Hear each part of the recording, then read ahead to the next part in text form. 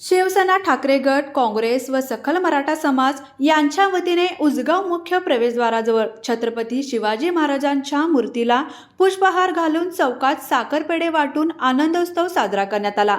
यावेळी motorcycle rally काढून घोषणा देत व गुलालाची उधळण करत फटाक्यांच्या आतषबाजी करण्यात आली।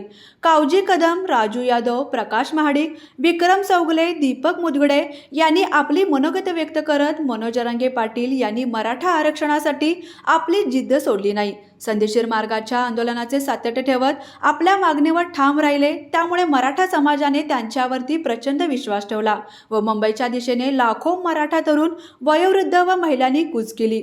एवढा मोठा जनसमुदाय एकत्र आल्याने सरकारला त्याची दखल घेणे भाग पडले व आरक्षण देण्यात आले। अनेक वेळा केलेली आंदोलने ही आश्वासने देऊन मोडीत काढल्याचे पहिलेच अनुभव समाजासमोर होते, पण आता मराठा समाज ऐकणार नाही म्हणून सरकारला मराठा समाजासमोर झुकायला लागले व आरक्षण देण्यात आले। याबद्दल सकल मराठा समाजाने उसगाव येथील छत्रपती शिवाजी महाराज चौकात प्रचंड घोषणाबाजी करत परिसर दणाणून सोडला।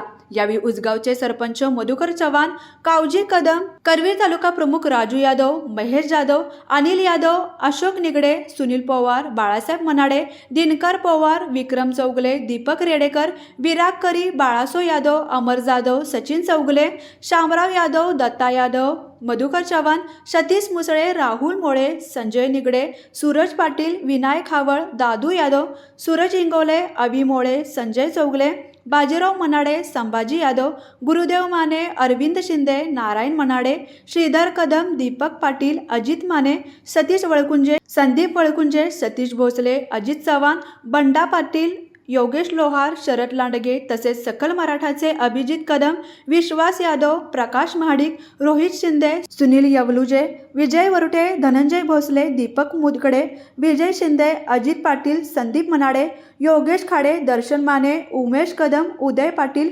योगेश चव्हाण आदी उपस्थित होते।